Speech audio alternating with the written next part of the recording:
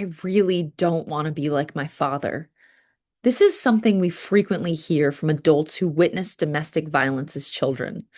Unfortunately, kids who have grown up with domestic violence may not know how to have a healthy relationship. They may not want to harm their partner in any way, but also not have any alternative to using abusive behavior. This is Unsilenced, a JBWS podcast where we have real conversations about abuse. I'm MC Robinson, and today I'm speaking with Juli Harpell-Elam.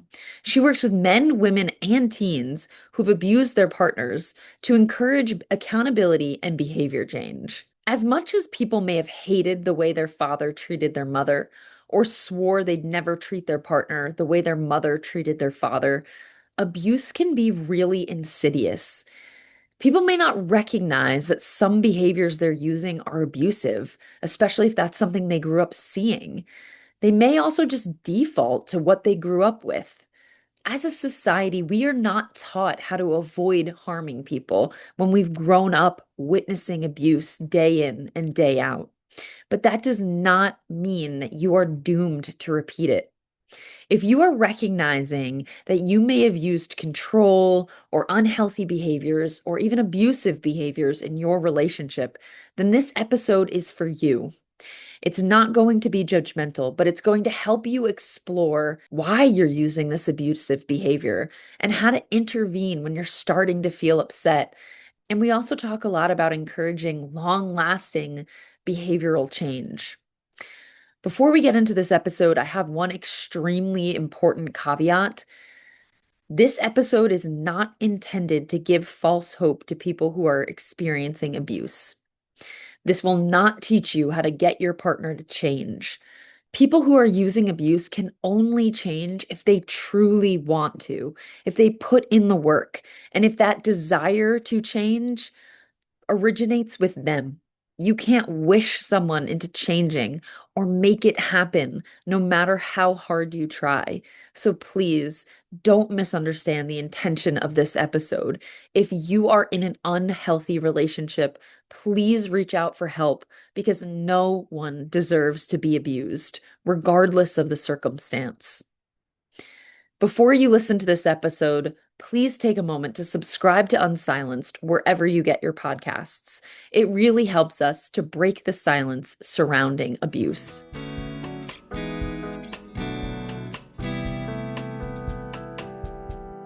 Is it always obvious to somebody that's using harm or using control or using power that that is what they're doing?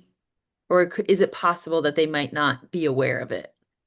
I think it's so much along a spectrum. For some people, it can be a really calculated um, need to have power and control over their person or their partner.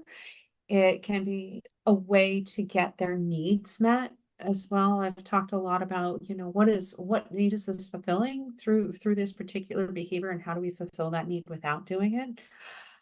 Then we have other people who walk in, and probably one of the first orientation sessions I did, I had the guy walk in and he goes, I know what I'm doing is wrong. I just don't know what's right. I don't know if I've seen anybody not hurt anybody in my family before. And this is Wow. just the way this is the way I've learned how to be.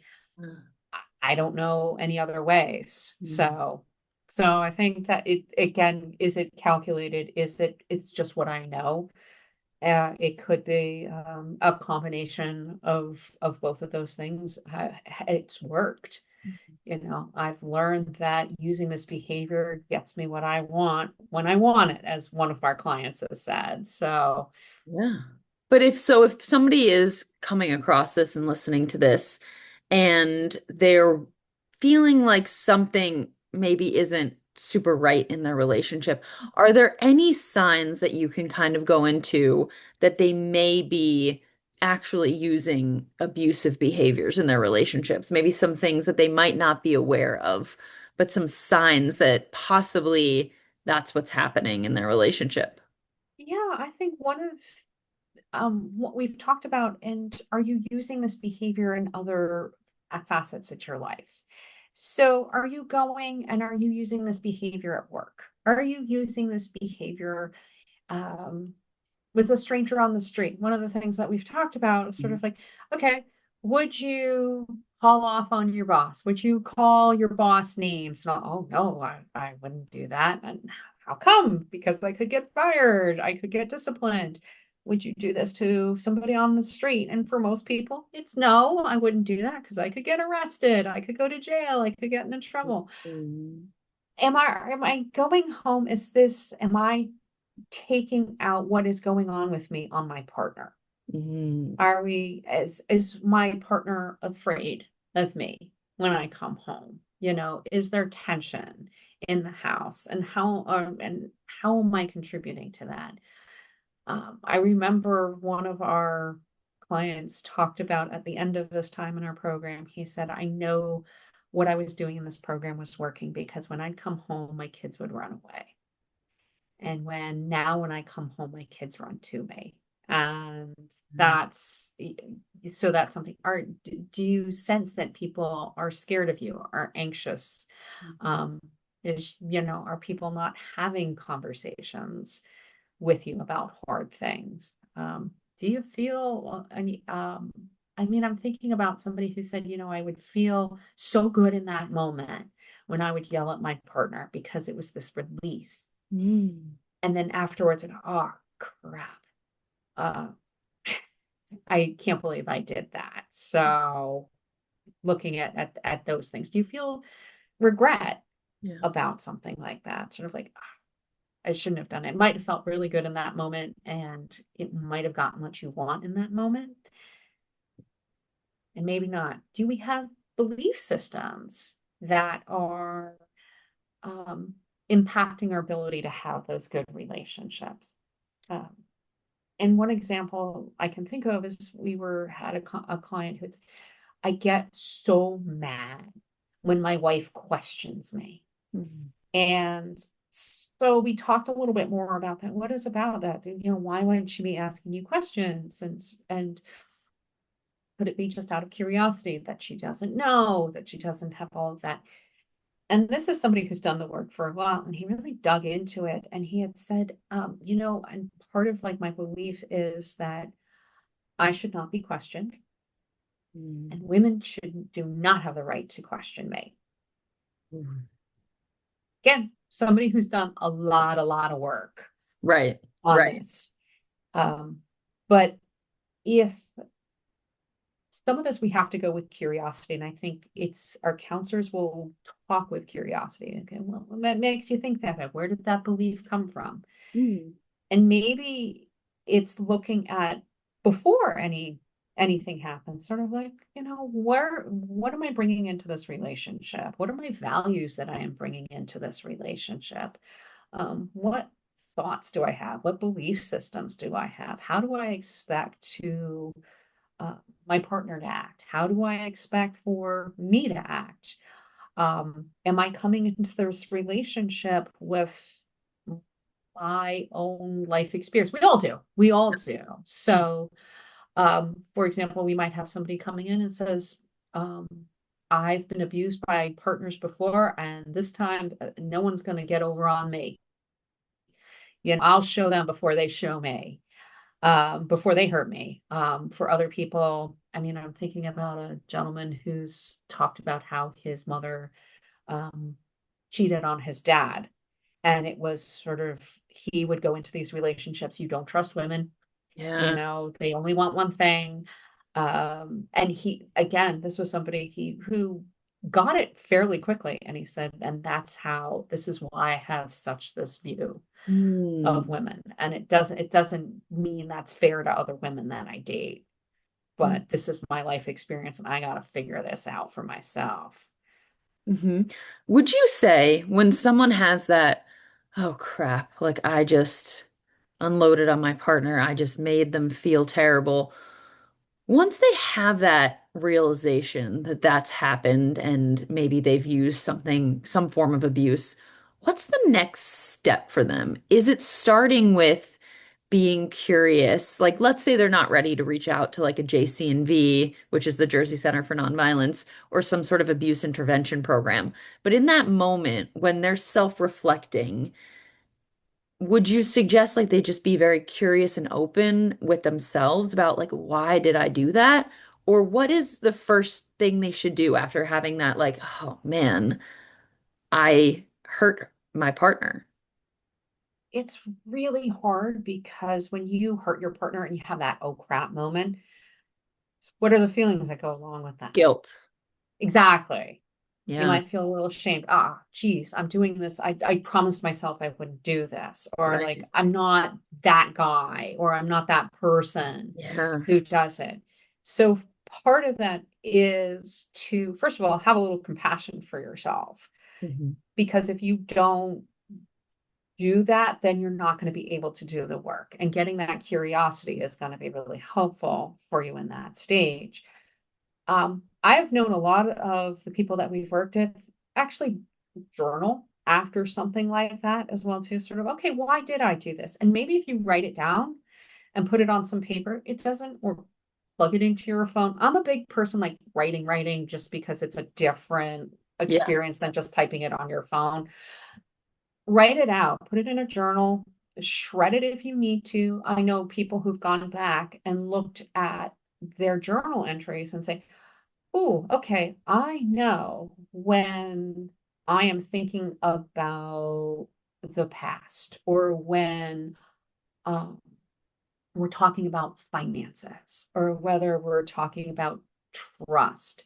This is where I am more likely to respond in an aggressive way. And so looking at themes and patterns, so it's not just a one off, but Mhm. journaling is good for everybody, but maybe it's a thing that you look and you go, oh, there's patterns here. Mhm. Oh, this is what I was thinking. Or you can go back to it and go, wow, I was really thinking that.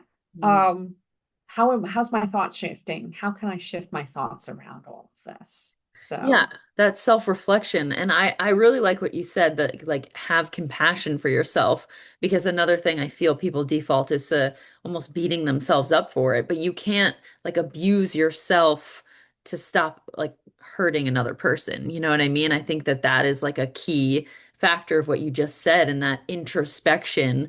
Are there any other maybe is there anything that somebody can look for like in their body or something like that where they start to realize like, oh, I'm getting into a problematic zone where I'm not sure if I'm going to be able to, prevent myself from harming my partner? Are there things mhm. that like are there red flags in a way, or what would you call them?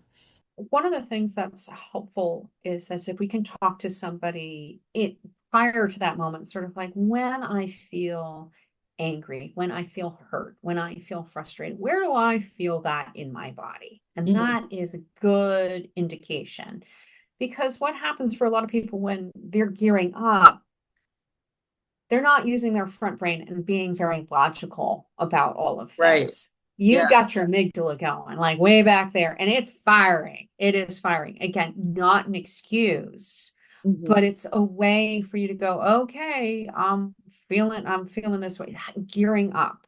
Mhm. So what one of the analogies that we use with our people is sort of like, what is your car driving 20 miles an hour? What's it like? What's your 20 miles an hour? What's your 50 miles an hour? What's your 100 miles an hour? And Right. sort of like, okay, I'm feeling it in my stomach right now. Okay, this is a sign. That might be my 20. Now I'm starting to get hot. I've heard about guys that the heart just banging. Or I've heard about tunnel vision, or I just can't think straight. And then I just perseverate on a thought like, here we go again. They're trying to get over on me. If we go into that loop right there as well, too. So, how do you manage that? When are you on fire? Let's put it that way. Right. Yeah.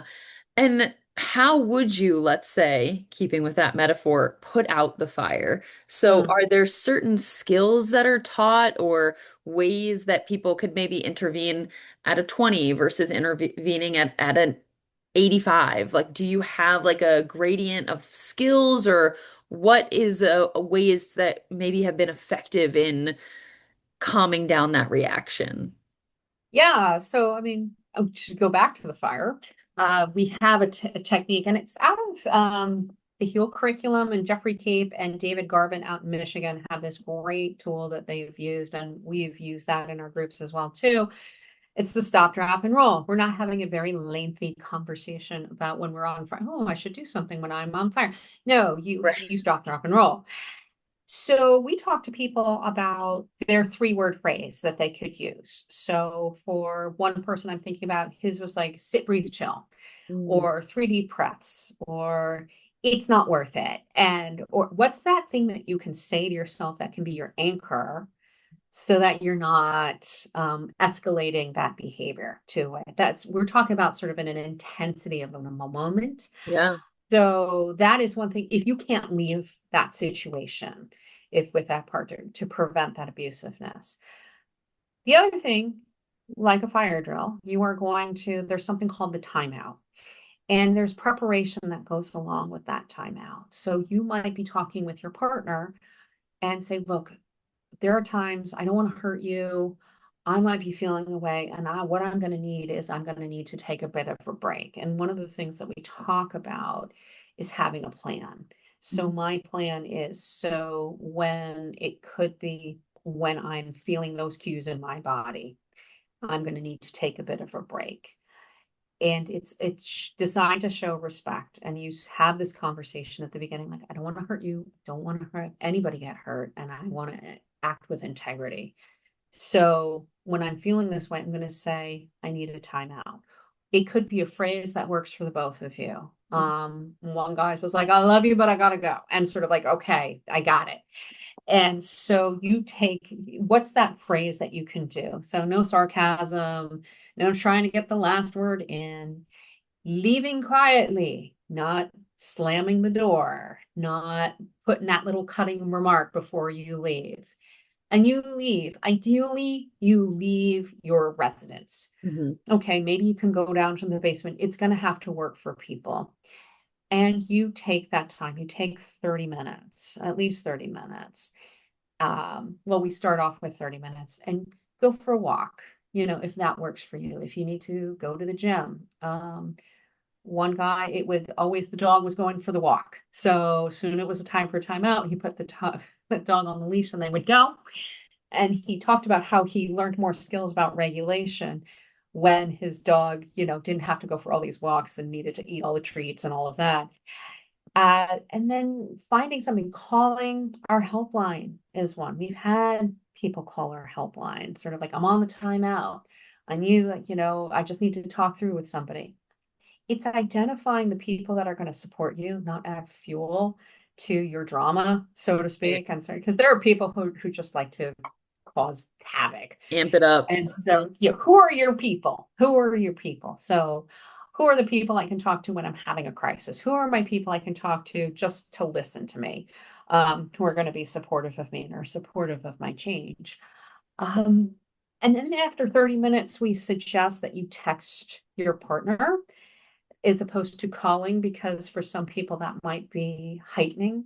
Right. I think you have to know sort of, but having an automatic text message, hey, I'm not ready back. I'll check in with you in another half hour. We do that. Nothing, and having a script, have somebody read it, Yeah. talk it through with somebody. So it's not coming, the tone is not coming off as sort of dismissive or hurtful. And Yeah. then after that, you're going to come back and hopefully you and your partner can talk. Now, your partner might need a little bit more of a break. They might need their own time. So if it's feeling frustrating, you need like this urgency to get it out. Can you write it out? Can you do something to self-manage? Can you sort of say, get your mind off of it a little bit? But I think the thing that is you're doing this for your relationship. And then hopefully you can have those discussions. We're talking about a lot of intensity, like those intense moments, Yeah. but you might have I love, like, our professional trainer talks about like the currents and the waves of abuse, and it comes with that intensity, but there might be that underlying current of sort of the thoughts that you might be having about your partner that might be riling you up, and sort of, is it true? So does it make it easier when you're having negative thoughts about your partner, negative thoughts about yourself? staying stuck in some thinking? Does that make it easier to have those more explosive moments right there? Mm, Or is it that undercurrent of, are you being like the snarky comments? Is that something that, is that coming out in your relationship as well too? So there's in the intense moments, but sort of like, what do I value about my partner? mhm. Is that Can that keep you grounded? We have other people who talk about having, you know, lots of people have their photos on their phones of photos of their kids or photos of the person that is important to them, and sort of like, who am I doing this for? When we talk about in our groups, we talk about the people in the room are not just the people in the room, but also, you're bringing your partners and kids into the room, Mm, with and how do we talk about our partners and kids mm. in the room? And for one person, he had a photo of his child and he would keep the photo of his child. And he said, I am changing and I'm doing this so I can be a better role model for my Wow, kiddo. that's awesome. Hopefully you are changing for you. Yeah. But you might need that other motivation to Yeah. help you with that change. Yeah, I think that's awesome. And so you mentioned a couple things, but we were talking mostly about kind of like those more intense moments of when, something explosive might happen. But you also mentioned the undercurrent of abusive behavior that is sometimes there. And I'm curious, like in those not intense moments, would those tactics like journaling still work? Would you recommend something else? Like, for instance, if you're noticing, okay, maybe it's not, a 10 out of 10, but you're at like I mean, or 100 out of 100, but you're at like a Yeah. 10 out of 100. What would you do in those moments where it's like, I'm not sure how else to phrase this, but like the abuse that's almost kind of under the surface, like you mentioned, where it's a little bit of control, a little bit of just a mean comment, just a little bit of pushing. Like, is there a way to reflect on that and be like, why am I doing that? And like, what would you say if somebody felt like they were doing that? How do they start to tackle it, right? Like, because it's not so explosive. It's not maybe doesn't have to do with emotion regulation or something Mhm. like that. What is the approach? So there's a couple things you can do. Which we've talked about curiosity before, and how do Yeah. we get curious about sort of like, where's this thought coming from? Like, why of all days am I thinking this negative thought about my partner?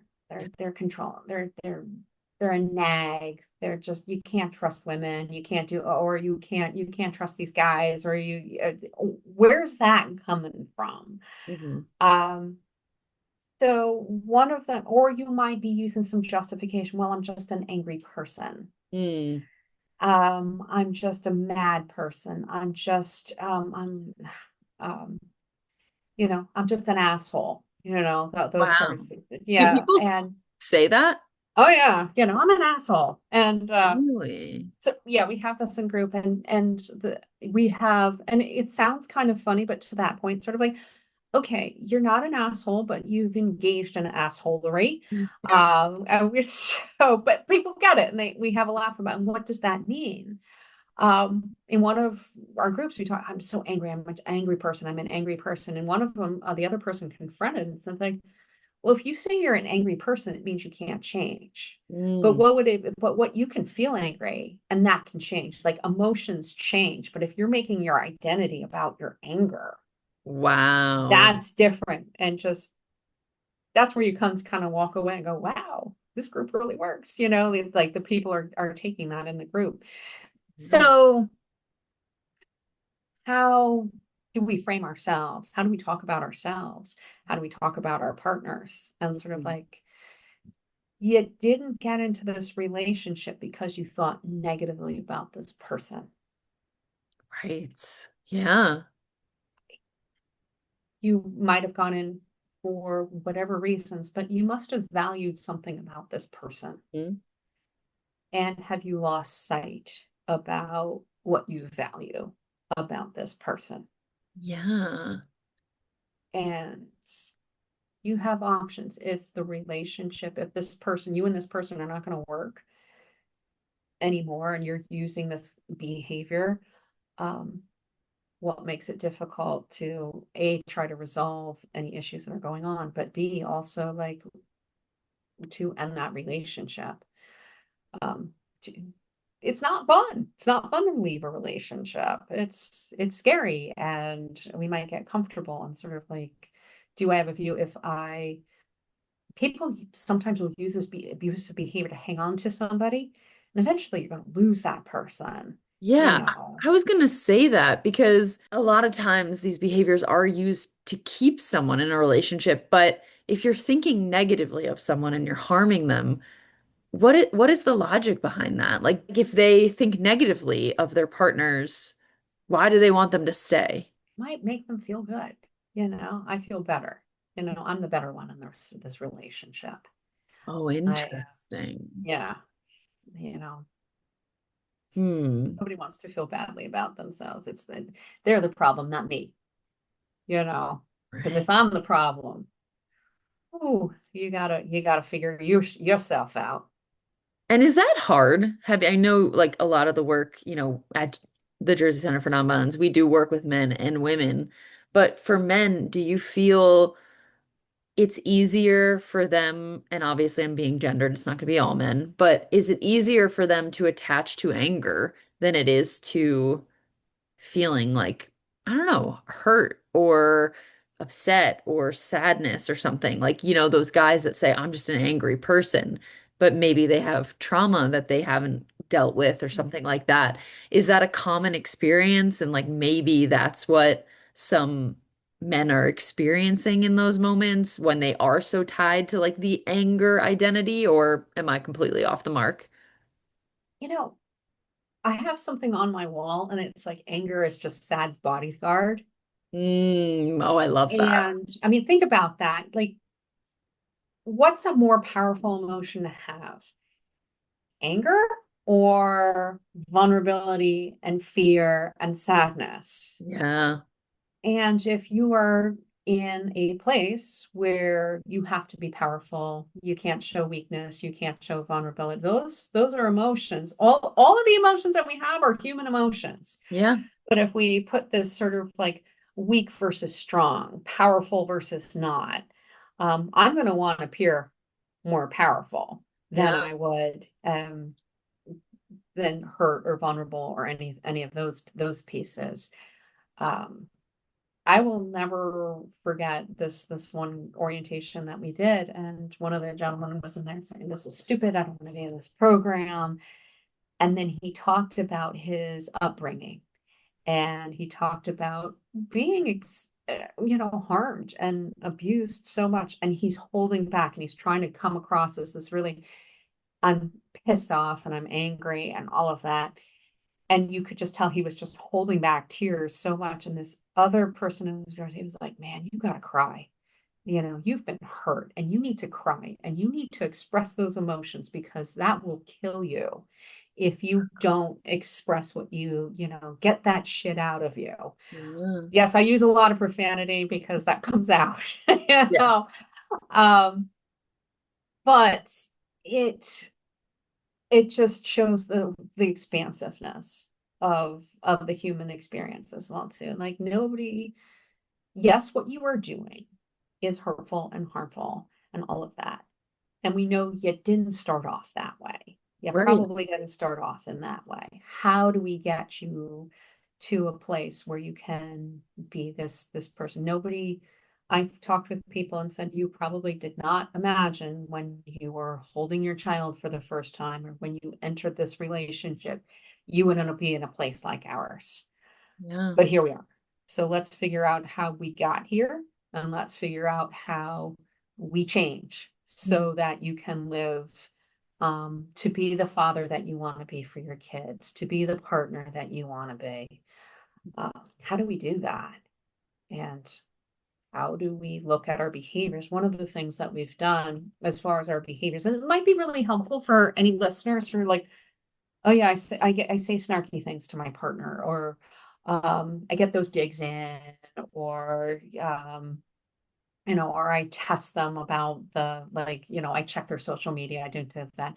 we look at, there's something called a cost benefit analysis, and it's a grid, and it's short-term positives, short-term negatives, long-term positives, long-term negatives. Right. So in the short term, if I'm harassing my partner about who they're talking to on the phone, how does that benefit us in the beginning? And you might be like, I feel more of a sense of control. It's like, I got her to stop talking to her friends. Right. I've got to, I'm getting my way. Yeah. But long term, like, okay, she's not talking to me about things. She's not communicating with me. I'm losing some respect in that moment. And then we go into those long term. So if I keep up this behavior long term, what do I lose? I Right. lose trust. I might lose my partner because they don't want to be with me anymore. I lose, um, you know, how I feel about myself. Ultimately, what I want to get to a place, if we look at, well, MC, I mean, what would be the long-term positives if I kept up that behavior of checking my partner's phone? Hmm. I guess preventing them from being in communication with people or knowing what's going on or something like that. But I don't really So that think might there's be long term, usually a but it could be long-term short term. positive. And Yeah. yeah, so Is we there a look at those long-term long term. positive? Generally, when we do these exercises, people find that there's no long term I was positive. gonna say, yeah. Yeah, that there's no long term process. So that was a trick question. Yeah, I was So like, it's actually interesting because in our conversation, I started thinking about, you know, do people see a positive to using control and harm? Or is it always kind of short-sighted? Like when people are engaging in these behaviors, do they think of the long term? Or is it really, I just need my needs met kind of right now, and this gets me my needs met? Because, like you said, intuitively, there isn't really a positive to harming another person. when you get what you want for so long, Yeah. you don't see a negative. Oh, interesting. I don't think you do because we talk with our people, you did it because it worked. Yeah. And I remember somebody, it got me what I wanted. It got me what I want when I wanted it until it didn't, until there was the restraining order, until they left me, until Yeah. I got consequences for it. So this is not behavior. I mean, again, we have to look at this as a pattern of behavior. This isn't a bad day. This Right. is are there situations where I am more likely to engage in this behavior and the hurtful comments, maybe some emotional abuse, the silent treatment? I'll show you, I won't talk to you, and eventually you're going to give in and I will get what I want. Maybe not always consciously. Mm. Like for some people, they've gotten so good at using this behavior, you don't even have to think about it. Yeah. Yeah, exactly. It's interesting because, like, I feel in domestic violence, obviously, when we talk about it, people are thinking of physical violence Mhm. or, kind of indisputable, that's abusive behavior.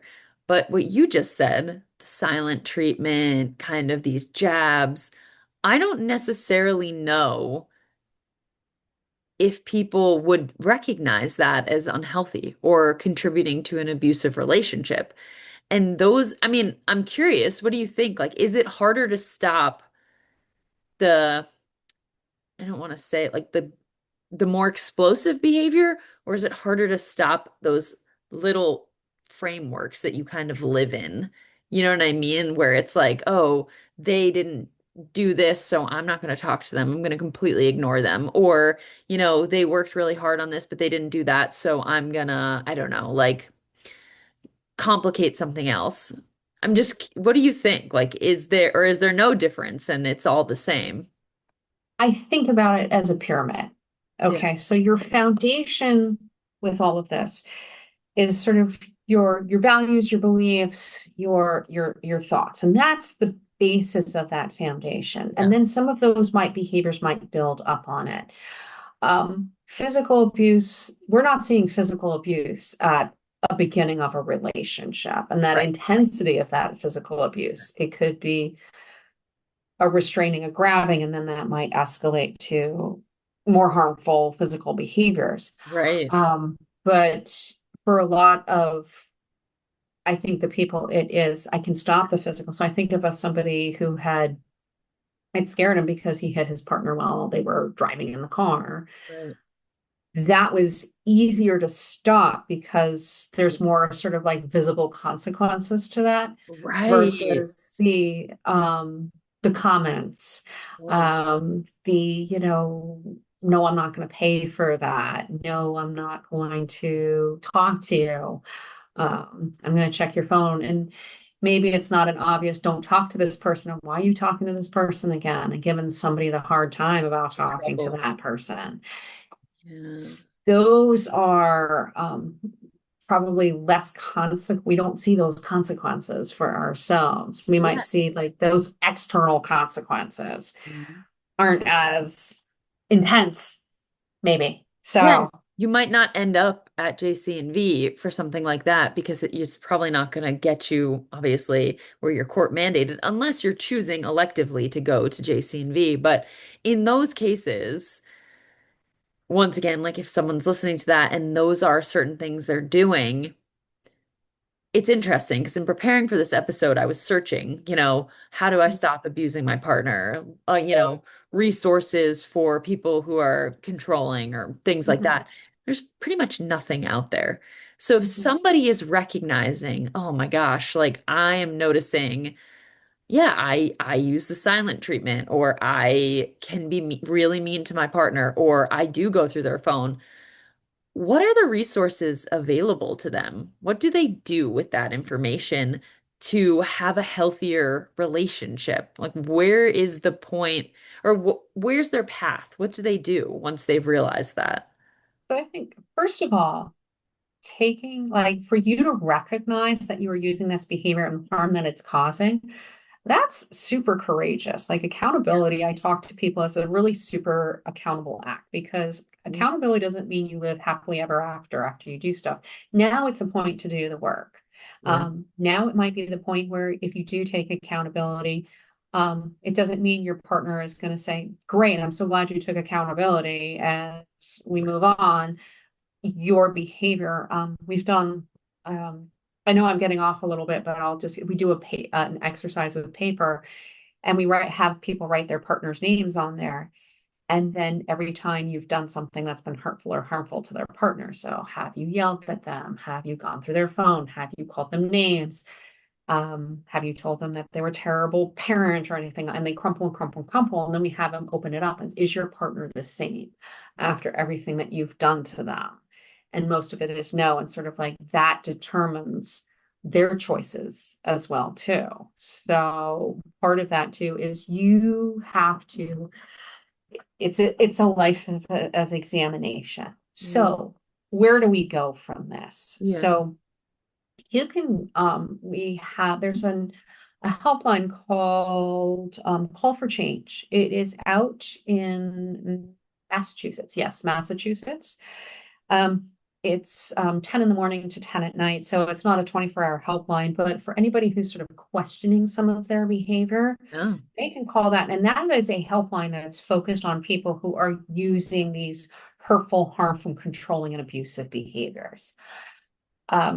Our helpline is available. They can connect you to one of our counselors at the Jersey Center for Nonviolence because we recognize, even though the name says violence, not all behavior is kind of rising to violence. right.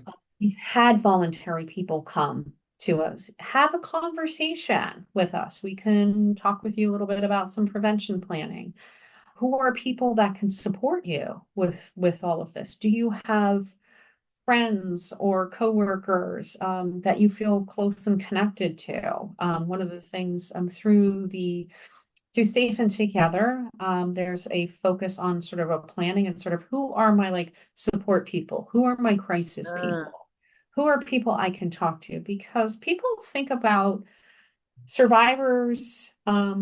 with a partner who's using abuse to them is isolated. And absolutely it is.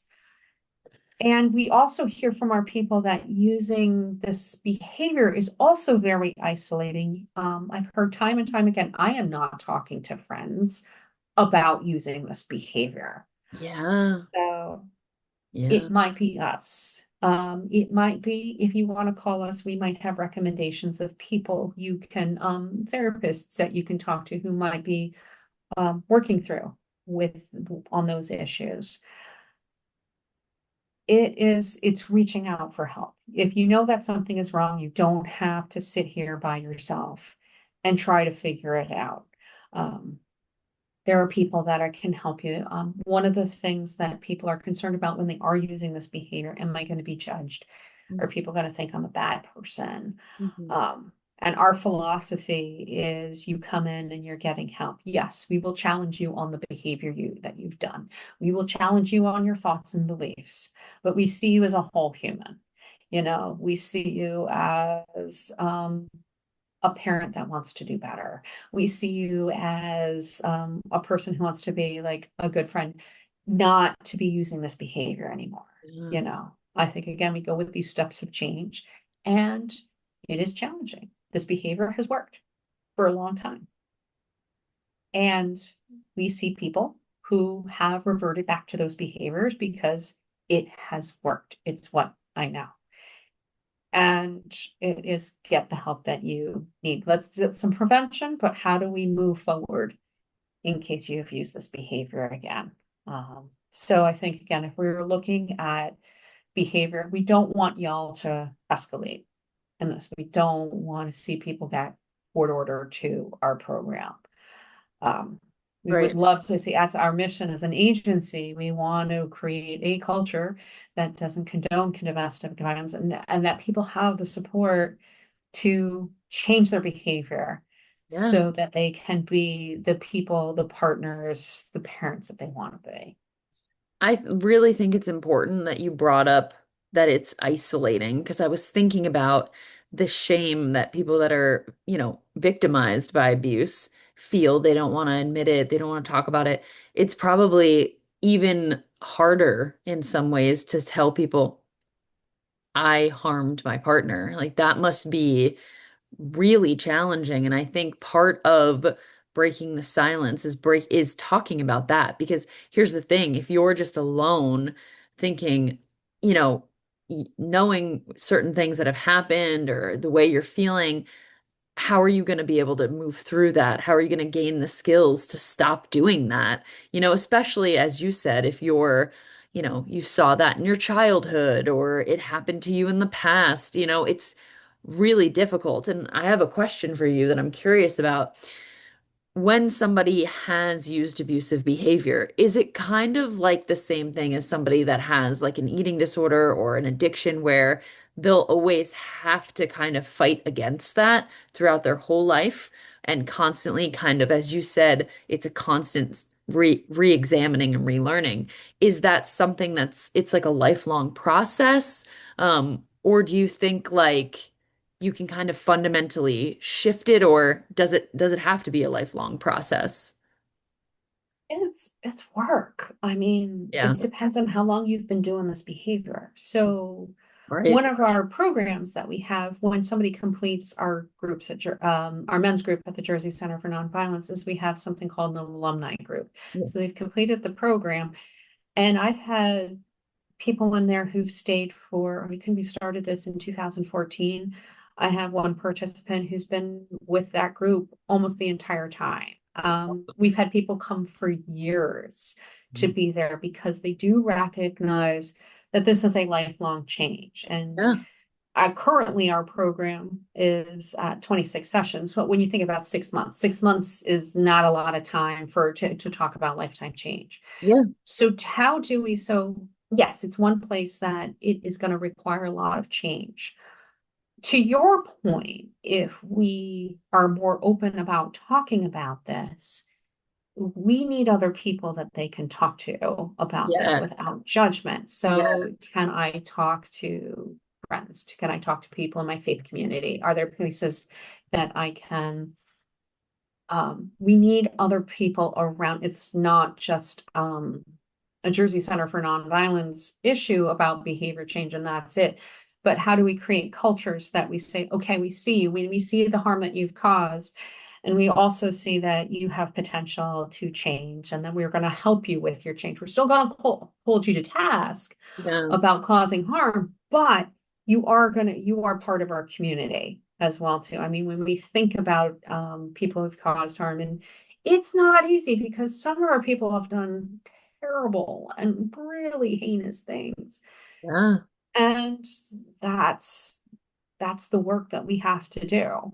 But I think if we're looking at somebody, if you are looking at yourself and you're going, yeah, I'm doing some of these behaviors that are, the snarkiness and the digs. And if I'm making a pattern of this with my partner, it's time to take a look and just it may be time to kind of examine that. And so how come I'm doing this? And maybe I need some answers. As we talk about this, as you said, there's some people who do really horrible things to their partners, Mhm. strangulation, severe, beating and stuff like that.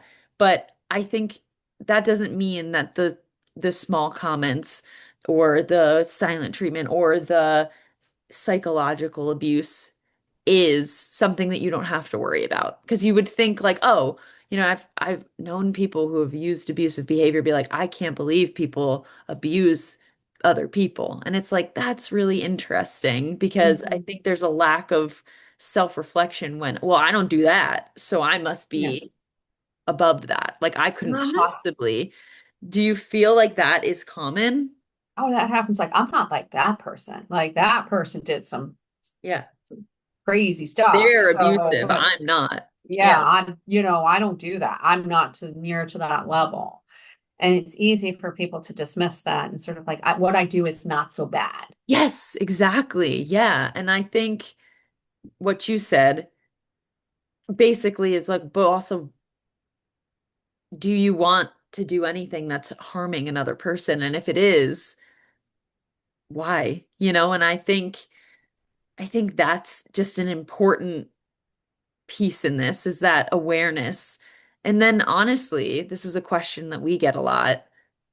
Do you think people can change? I wouldn't be doing this work if I didn't think people could change. I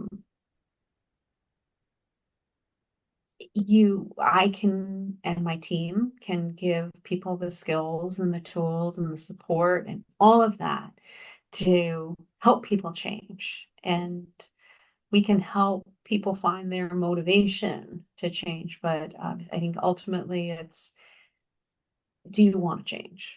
You Yeah. know, Yeah. and we've had people who've come back and sort of said, I learned all of this and I thought I wouldn't do this again. And here I am again, and I need to learn a more consistent way of implementing all of these skills. But ultimately, I think I've seen it. I've seen it. We've heard from partners that they've seen it. Programs such as ours, there's research that shows that in a good program like ours, like partners might feel safer and partners might feel like freer to express themselves. And isn't that what we want? We need connection as humans. We need connection. And are we going to find that connection through having our person fear us or that person feel safe with us? Hmm. Yeah, I love that. One time I was talking to Mary Jane and she said, when said something so profound. It was something along the lines of when you're in a fight with your partner and you really want to be the winner, what does that make them? She Mhm. was like, why do you want your partner to feel like a loser? And I thought, I was like, wow, that is such a good way to put it. And I think, everybody wants, at least I think, peace. And so like part of this is just getting that peace in their life and that happiness. And the only other thing I'll ask you is that when we have this conversation, if a person is listening and their partner has used abusive behavior, how do we have this conversation without giving them this false sense of hope? Do you know what I mean? So like the fear is, okay, will they think, Oh, but they can change. Like, you know how that's something that people that are Yeah. what And yeah, what would your message be or what would you say? we all want to have hope. We Yeah. all want to have hope. And then ultimately, for anybody who is and a partner, and your partner is doing this, you are the best judge if your partner is changing or not. There is help for you too. So they can go to all the things we've talked about today. They can go to a program, they can do that, but ultimately you are the expert of whether or not your partner is changing, has changed. I mean, I say is changing because this is a lifelong process.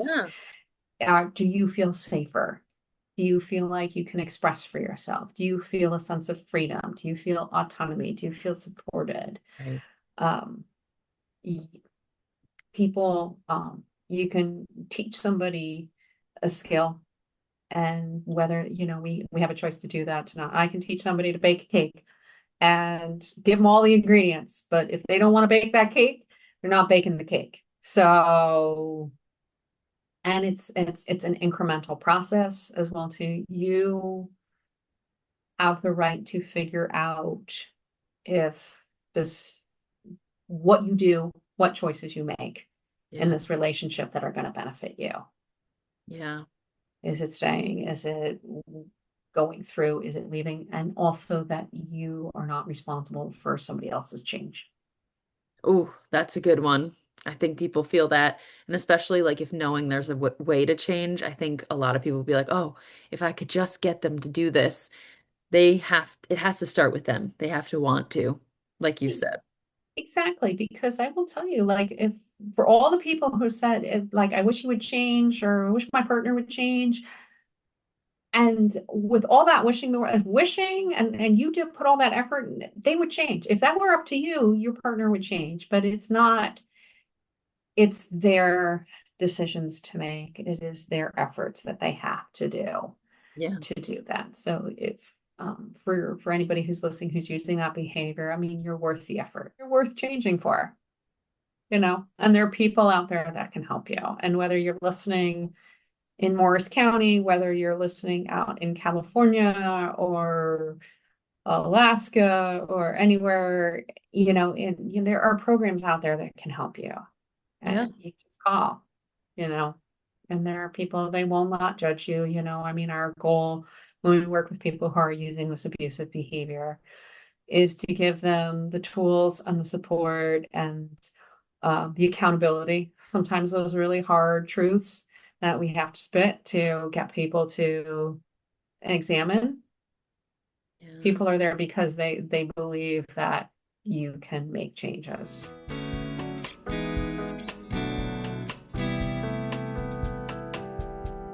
Thank you, Julie, for coming on the podcast and discussing such an important topic that has very little resources available. Now, I think it's important to say that if we do not work with people who have used abuse in their relationship, then domestic violence will quite literally never end. To stop abuse, we have to go to the source. We have to challenge people's worldviews, teach them coping skills to deal with those abusive behaviors that come up, and encourage accountability. To learn more about the Jersey Center for Nonviolence or to get more resources to how to stop using abuse, please check the information in our show notes or visit jbws.org/JCNV. Please tune in next time to learn more about all facets of abuse because education is the first step in ending domestic violence. Thank you for listening to this episode of Unsilenced Real Conversations about Abuse. This podcast is produced by JBWS, a domestic violence agency that serves both Morris and Passaic County, New Jersey. If you would like a certain topic covered on the podcast, then please send an email to podcast@jbws.org. We are always striving to provide content that will be both educational and helpful to our listeners. But please note that this email is only intended for content relating to the podcast.